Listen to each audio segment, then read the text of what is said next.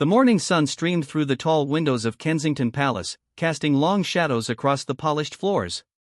In the nursery wing, 10-year-old Prince George Alexander Louis sat at his desk, staring at a geography textbook with the kind of concentration that surprised even his tutors. Just 2 years ago, the same boy had been known for his restless energy and difficulty sitting still during lessons. Now, he was voluntarily spending extra time studying maps of Commonwealth countries, preparing for an upcoming family visit to Canada. Catherine, the Princess of Wales, watched from the doorway with a mixture of pride and amazement. She remembered the countless conversations she and William had shared about their eldest son's education and development.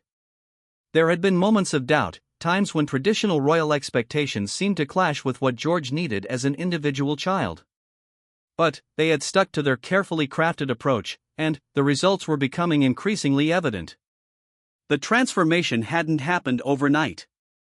It began 3 years earlier when George was 7, struggling with the weight of public expectations and his future role as king. Unlike his father and grandfather before him, George was growing up in an age of social media and constant scrutiny. Every public appearance was analyzed, every facial expression interpreted, every childhood moment dissected by royal watchers around the world. William remembered his own childhood struggles with royal protocol and the pressure to always appear perfect in public. He had made a promise to himself and Catherine that their children would have a different experience. They would be prepared for their roles, yes, but they would also be allowed to be children first and royals second. The turning point came during a family holiday in Norfolk. George had been particularly difficult that day, refusing to participate in a planned nature walk and instead wanting to stay inside playing video games. Most royal parents might have insisted on compliance, viewing it as a matter of discipline and duty. But William and Catherine took a different approach. Instead of forcing George to join the walk, Catherine sat down beside him and asked what was making him feel frustrated. Through gentle questioning and patient listening, they discovered that George was feeling overwhelmed by an upcoming school presentation about his family tree. While other children could simply talk about their grandparents' jobs or hobbies, George had to navigate the complex history of monarchy, explaining why his great-grandmother was the queen and what that meant for his own future. That evening, William and Catherine had a long conversation about their parenting philosophy. They realized that traditional royal upbringing, with its emphasis on duty before self, might not serve their children well in the modern world. They needed to find a balance between preparing George for his eventual role as king while also nurturing his individual personality and interests. Catherine drew on her own middle-class upbringing, remembering how her parents had always encouraged her to pursue her passions while maintaining strong family values. She suggested they focus on building George's confidence and self-awareness before layering on royal expectations. William, despite his own challenging experiences with royal childhood, agreed that this approach might give George tools that he himself had lacked. They began implementing small changes in their daily routine. Instead of formal lessons about royal history and protocol, they started with conversations about leadership, kindness, and responsibility in everyday situations. When George helped his younger siblings, Princess Charlotte and Prince Louis, with their toys or defended them during sibling squabbles, William and Catherine praised these actions as examples of good leadership. The changes weren't always smooth. George initially resisted some of their new approaches, particularly when they involved stepping outside his comfort zone. He was naturally shy in large groups and preferred one-on-one conversations to public speaking. But, rather than pushing him to overcome these traits, William and Catherine worked with him, gradually building his confidence through smaller, manageable challenges. Catherine implemented what she called choice architecture in George's daily life. Instead of dictating every aspect of his schedule, she presented him with options that all led to positive outcomes. For breakfast, he could choose between healthy options. For afternoon activities, he could select from educational or character-building pursuits.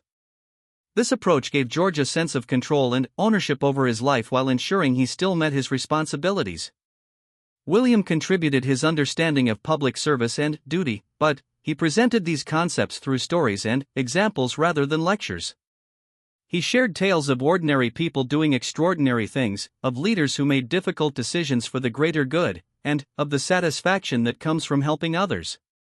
These stories gradually helped George understand that being royal wasn't about privilege but about service. The most significant breakthrough came when George showed interest in environmental conservation after watching a documentary about ocean pollution. Instead of simply encouraging this interest, William and Catherine helped him take action. They arranged for him to visit a local beach cleanup initiative, where he worked alongside other children and adults to collect plastic waste. At first, George was self-conscious about being recognized, worried that people would treat him differently because of his royal status. But the organizers, briefed in advance by his parents, treated him like any other volunteer. He was given the same gloves, the same trash bag, and the same section of beach to clean. By the end of the day, he was chatting easily with other children about what they had found and why it mattered. That evening, George came home exhausted but excited. He had experienced the satisfaction of meaningful work and the joy of being part of a team working toward a common goal. For the first time, he began to understand what his parents meant when they talked about service and duty. It wasn't about following rules or maintaining traditions, it was about using whatever advantages you had to make a positive difference in the world. Catherine noticed that George's behavior at home began to change after this experience. He became more patient with his siblings, more willing to help with household tasks, and more interested in learning about the world beyond his immediate experience. He started asking questions about different countries, different cultures, and different challenges facing people around the world.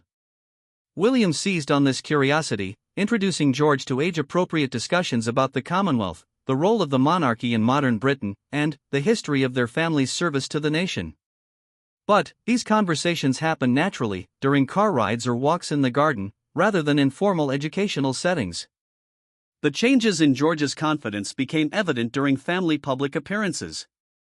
While he had previously seemed overwhelmed or disinterested during royal events, he now appeared more relaxed and engaged. He made eye contact with people in crowds, responded appropriately to questions from officials, and showed genuine interest in the activities he observed. One particularly memorable moment occurred during a visit to a children's hospital. George had initially been nervous about the visit, worried that he wouldn't know what to say to sick children. But Catherine had prepared him not with scripts or formal protocols, but with simple advice about being present and showing genuine care for others. During the visit, George spent time with a young boy who was recovering from surgery. Instead of making polite royal conversation, George simply sat beside the boy and listened as he talked about his favorite video games. When the boy mentioned that he was worried about missing his birthday party, George quietly asked a aide to make note of the date. Later, the boy received a handwritten birthday card from George, along with a small gift that reflected their conversation. This incident, though not widely publicized, marked a turning point in how palace staff viewed George's development. They began to see evidence of the emotional intelligence and genuine concern for others that would serve him well in his future role. More importantly, George himself began to understand that being royal gave him opportunities to brighten other people's lives in simple but meaningful ways. Catherine and William continued to refine their approach, always watching for signs that George was feeling overwhelmed or pressured. They maintained regular family meetings where all the children could express their feelings about their public roles and any concerns they might have. These conversations helped them stay connected as a family while navigating the unique challenges of royal life. As George approached his 10th birthday, his transformation was becoming evident to everyone around him. Teachers noted his improved focus and leadership skills in school.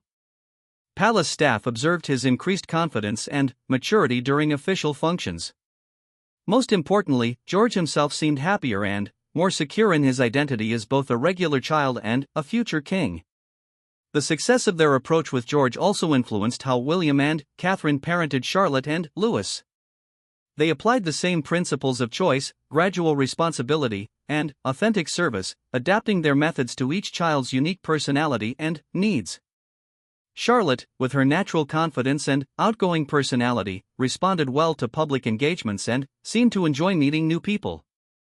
Louis, still very young, was gradually being introduced to the same concepts through play and family activities. The royal couple's parenting philosophy was quietly influencing other aspects of royal life as well. Their approach suggested that the monarchy could evolve and adapt while maintaining its essential character and purpose. By raising children who understood service as joy rather than burden, duty as opportunity rather than obligation, they were potentially shaping the future of the institution itself. As George sat at his desk that morning, studying geography with genuine interest and enthusiasm, Catherine felt a deep sense of satisfaction. The boy who had once struggled with the weight of expectations was now embracing learning and responsibility with confidence and curiosity. The transformation wasn't complete. George was still a child with much growing and learning ahead of him, but the foundation was solid. The approach William and Catherine had developed wasn't revolutionary in the world of child psychology, but it was groundbreaking in the context of royal parenting. They had proven that it was possible to raise a future king who was both prepared for his role and comfortable with himself as an individual. They had shown that duty and happiness weren't mutually exclusive, that service could be taught through example and experience rather than lectures and rules. Most importantly, they had given George something that previous generations of royal children had often lacked: the confidence to be himself while fulfilling his responsibilities to others.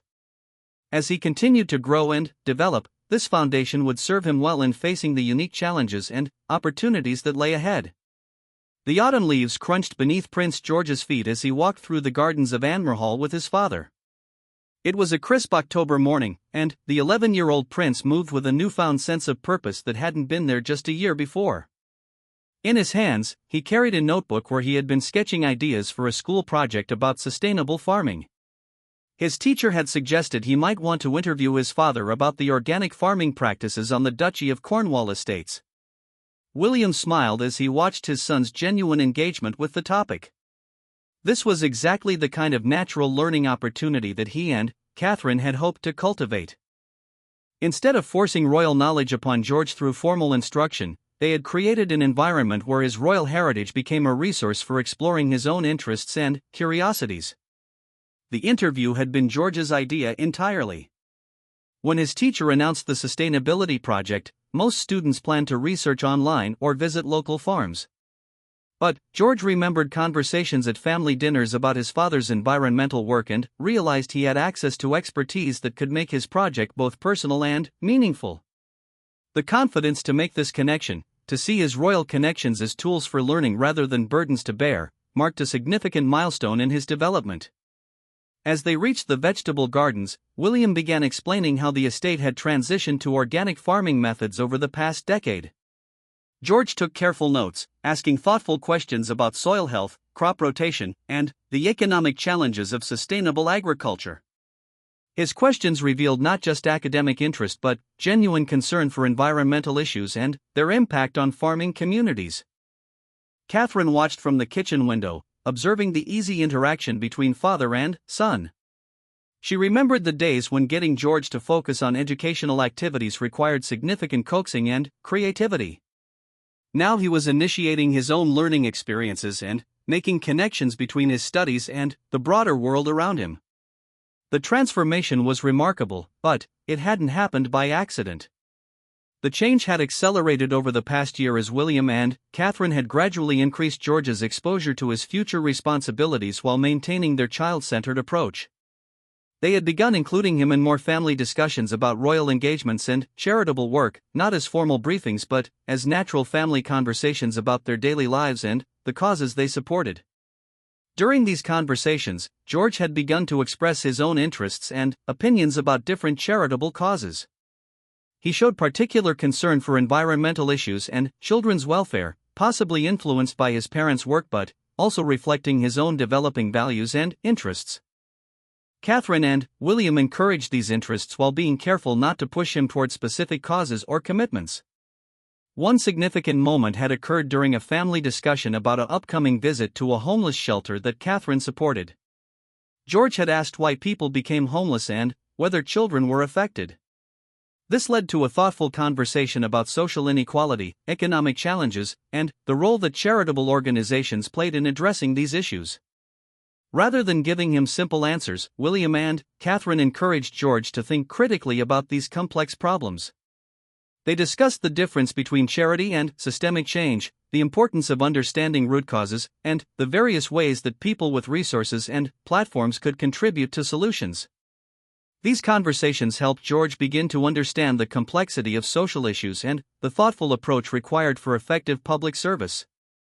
The family's approach to George's royal education had evolved into what Catherine privately called apprenticeship through observation. Instead of formal lessons about royal protocol, George was increasingly included as an observer in appropriate royal activities. He would sit in on planning meetings for charitable events, watch his parents prepare for public engagements, and sometimes accompany them to events where his presence was appropriate and educational. During these observations, George began to understand the careful preparation that went into royal work. He saw how his parents researched the organizations they visited, how they prepared thoughtful questions for the people they would meet, and how they followed up on commitments made during public engagements. This behind-the-scenes exposure helped him appreciate that royal work was not just ceremonial but involved genuine effort to understand and address real problems. William had been particularly intentional about sharing his own learning experiences with George. He talked about mistakes he had made in his early royal career, times when he had been unprepared or had missed opportunities to make meaningful connections with people. These honest conversations helped George understand that royal service was a skill that required development and practice, not an innate ability that came with birth. The impact of this approach became evident during George's first significant independent royal activity. When his school organized a fundraising event for local food banks, George had volunteered to help coordinate student participation. Instead of simply lending his name to the effort, he had taken an active role in planning and promotion, using skills he had observed during his parents' charitable work. George had insisted on visiting the food bank beforehand to understand their specific needs and challenges. During this visit, he had asked thoughtful questions about food distribution, volunteer coordination, and the demographics of people served by the organization. His genuine interest and well-prepared questions impressed the food bank staff and helped ensure that the school fundraiser would address real needs rather than simply raising money for its own sake. The success of this initiative had given George confidence in his ability to make meaningful contributions to causes he cared about. More importantly, it had shown him that royal status, when used thoughtfully, could amplify the impact of charitable work without overshadowing the organizations being supported. This understanding would prove crucial as he took on more public responsibilities in the years ahead. Catherine had been particularly pleased to see George developing what she called emotional intelligence in action. During the food bank visit, she had watched him interact with volunteers and clients with genuine respect and interest. He had learned to listen without trying to solve every problem, to ask questions that showed care rather than curiosity, and to follow the lead of experienced volunteers rather than assuming his royal status gave him automatic authority. These social skills had been deliberately cultivated through the family's everyday interactions. William and Catherine had modeled respectful communication with everyone from household staff to visiting dignitaries. They had encouraged their children to express gratitude, to show interest in other people's work and experiences, and to understand that everyone they met had valuable knowledge and perspectives to share. The children's household staff had been specifically chosen and trained to support this approach. Rather than treating the royal children as inherently superior, staff members engaged with them as individuals while maintaining appropriate boundaries and respect for royal protocols. This environment helped George and his siblings develop healthy relationships with authority and service that would serve them well in their future roles. George's academic performance had also improved significantly as his confidence and engagement increased.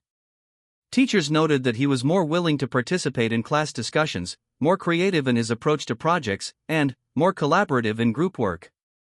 The boy who had once been anxious about standing out was now comfortable taking leadership roles when appropriate while still being a supportive team member. His improved academic performance wasn't just about royal preparation, it reflected genuine intellectual growth and curiosity. George had developed what his tutors called scholarly habits of mind, the ability to ask good questions, to research topics thoroughly, and to think critically about complex issues.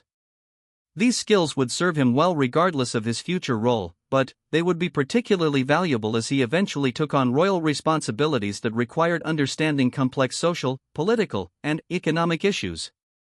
The family's approach had also influenced George's relationship with his siblings. As the eldest child and future king, George could have easily fallen into patterns of entitlement or dominance over Charlotte and Louis. Instead, William and Catherine had encouraged him to see his position as one of responsibility and service to his family as well as his future subjects. George had embraced this role thoughtfully, often helping his younger siblings with homework, mediating their disputes with patience and fairness, and including them in his own activities when appropriate. Catherine often observed him naturally taking on what she recognized as leadership qualities, not through dominance or authority but through example, encouragement, and genuine care for others' well-being. These family dynamics provided George with a safe space to practice the kind of leadership he would eventually need to exercise on a much larger scale. By learning to balance authority with humility, responsibility with compassion, and individual needs with collective good within his family, he was developing the emotional and social skills necessary for effective public service.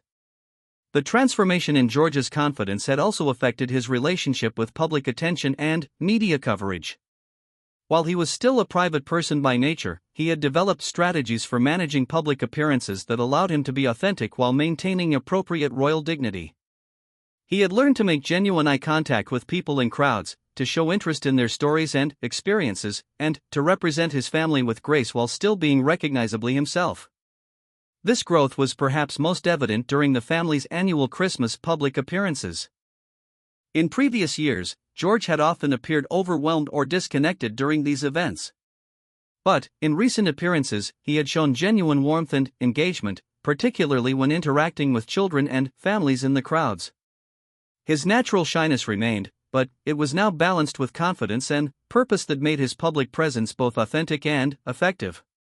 William and Catherine continued to protect George's privacy while gradually increasing his public responsibilities. They maintained firm boundaries around his school life and friendships, ensuring that he had spaces where he could simply be a child without royal obligations. But they also created opportunities for him to practice public service in age-appropriate ways that built his skills and confidence. As George continued to grow and develop, his parents remained committed to their child-centered approach while adapting their methods to his changing needs and capabilities. They had proven that it was possible to prepare a future king for his responsibilities while nurturing his individual growth and happiness. The approach required constant attention, flexibility, and commitment, but the results spoke for themselves in George's growing confidence, competence, and character. The winter morning was unusually quiet at Kensington Palace as 12-year-old Prince George sat in the family's private study, carefully writing thank-you letters to children who had participated in a recent environmental awareness campaign at his school. Each letter was handwritten and personal, reflecting conversations he had actually had with his classmates about their projects and ideas. This wasn't a required royal protocol or a lesson in proper correspondence, it was George's own initiative, born from genuine appreciation for his peers' efforts and a growing understanding of the power of personal connection. Catherine paused in the doorway, watching her eldest son work with such focused dedication. The transformation in George over the past year had been profound, not just in his royal duties but in his overall approach to relationships and responsibilities. He had developed what she and William privately called authentic leadership, the ability to inspire and connect with others through genuine interest and care rather than authority or privilege. The development of this quality had been tested during a challenging period earlier in the year when George had faced his first real public criticism. A photographer had captured him looking bored during a lengthy charity event, and several tabloid newspapers had run stories questioning whether he was taking his royal responsibilities seriously. The criticism had been mild by royal standards, but it had deeply affected George, who was still learning to navigate public scrutiny. Rather than shielding him from the criticism or dismissing it as unfair media attention, William and Catherine had used it as a teaching moment. They had sat down with George to discuss the incident honestly, acknowledging that he had indeed appeared disengaged while also exploring why that might have happened and how he could handle similar situations differently in the future. During this conversation, George had admitted that he had found the event boring and hadn't understood why his presence was necessary. The charity focused on financial literacy for adults, a topic that seemed irrelevant to his 12-year-old perspective. Rather than lecturing him about the importance of all royal duties, Catherine had encouraged him to think about the event from different angles. Together, they had researched the charity's work more thoroughly, discovering that financial literacy programs often helped families avoid poverty and provided children with more stable home environments. This research helped George understand the connection between the charity's work and issues he did care about, particularly child welfare and family stability. The next time he attended a similar event, he was genuinely engaged because he understood the broader impact of the work being supported. This experience had taught George an important lesson about preparation and perspective that went far beyond royal protocol. He had learned that genuine interest could be developed through understanding, and that his role wasn't just to appear engaged but to find authentic connections between his values and the work being presented to him.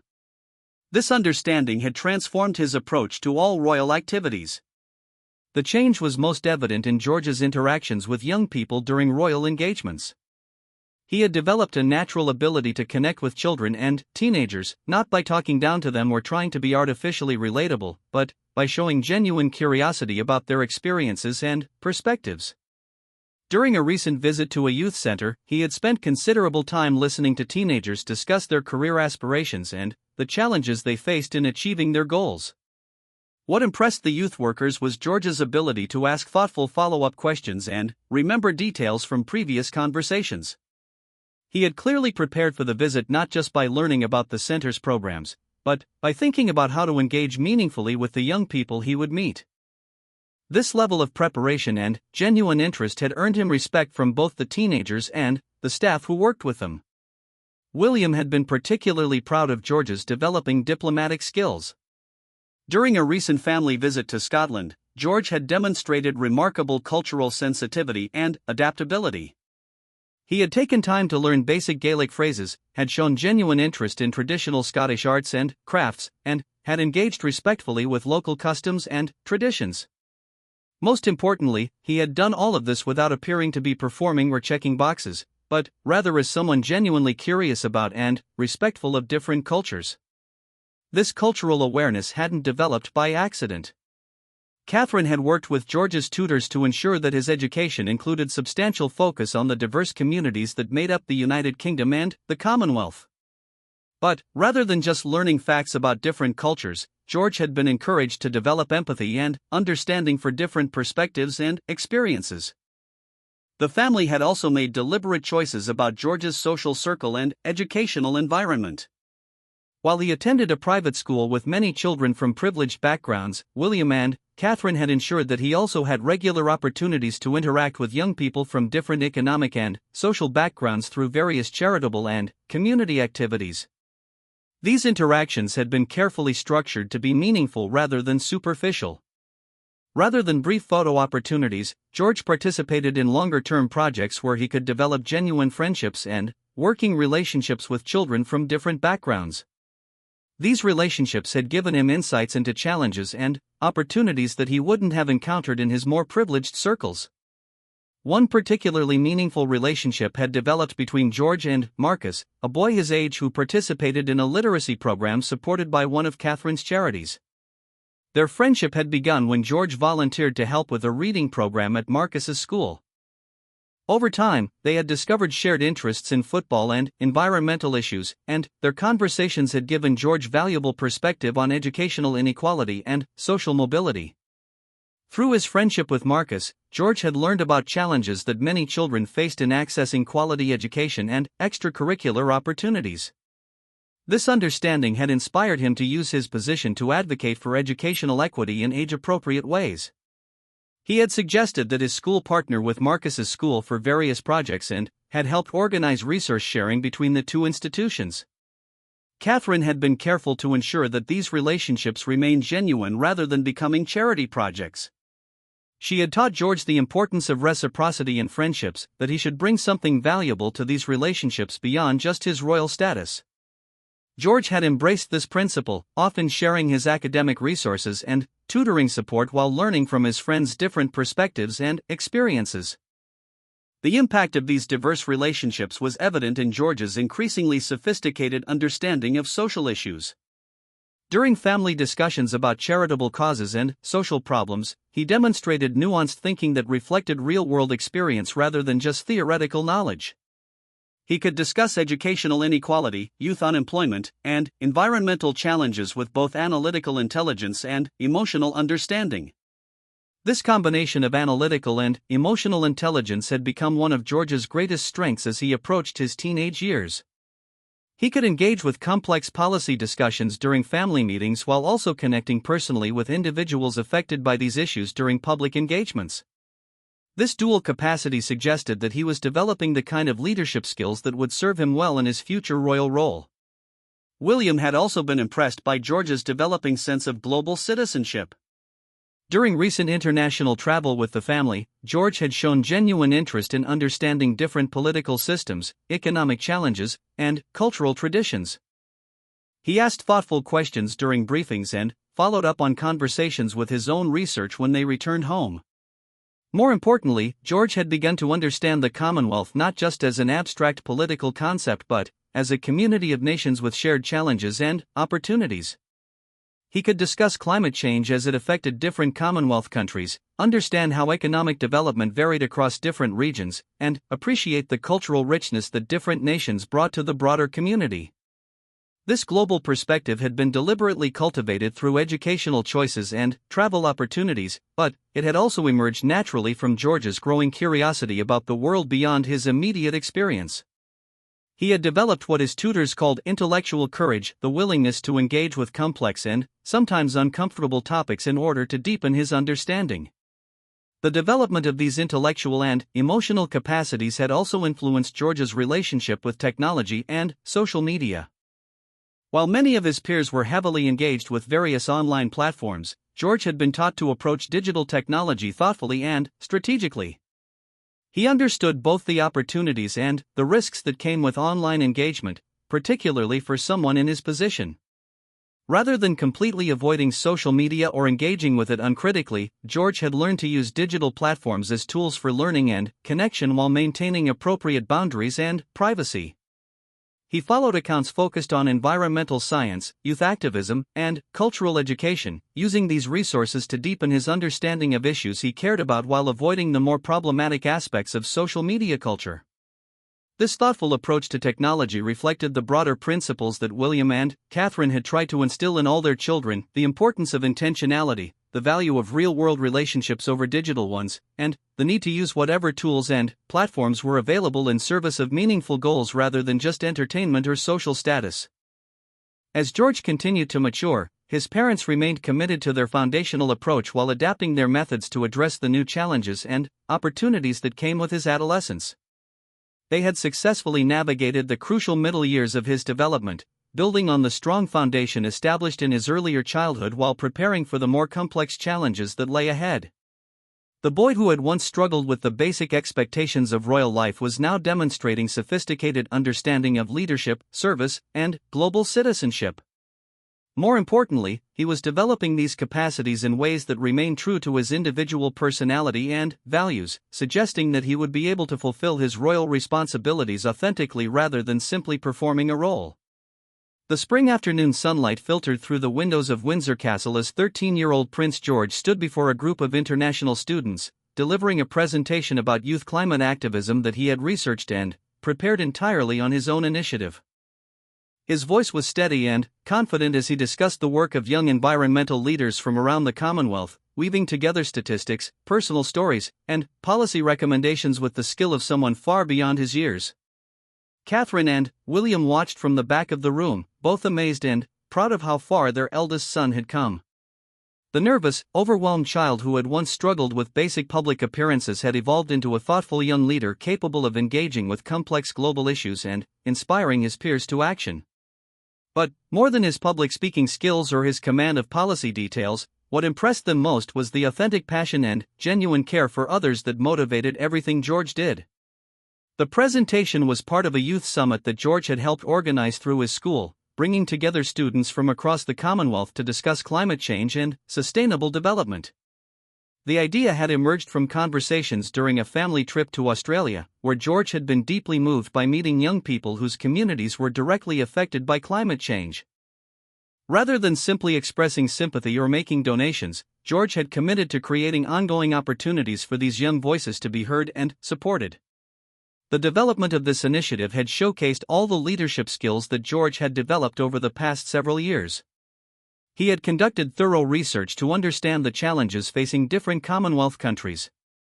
He had worked collaboratively with students, teachers, and youth organizations to design a program that would be both educational and actionable. He had navigated complex logistical and diplomatic considerations to ensure that the summit would be both meaningful and appropriate given his royal status. Most impressively, George had learned to balance his privileged position with genuine humility and respect for the expertise and experiences of others. During the planning process, he had consistently positioned himself as a facilitator and supporter rather than the central figure, using his royal platform to amplify other voices rather than to promote himself. This approach had earned him genuine respect from the young activists he worked with, who appreciated both his commitment to their causes and his recognition of their leadership. The success of the summit reflected years of careful preparation and character development guided by William and Catherine's innovative parenting approach. They had successfully navigated the transition from childhood to adolescence while maintaining their focus on authenticity, service, and personal growth rather than just protocol and public image.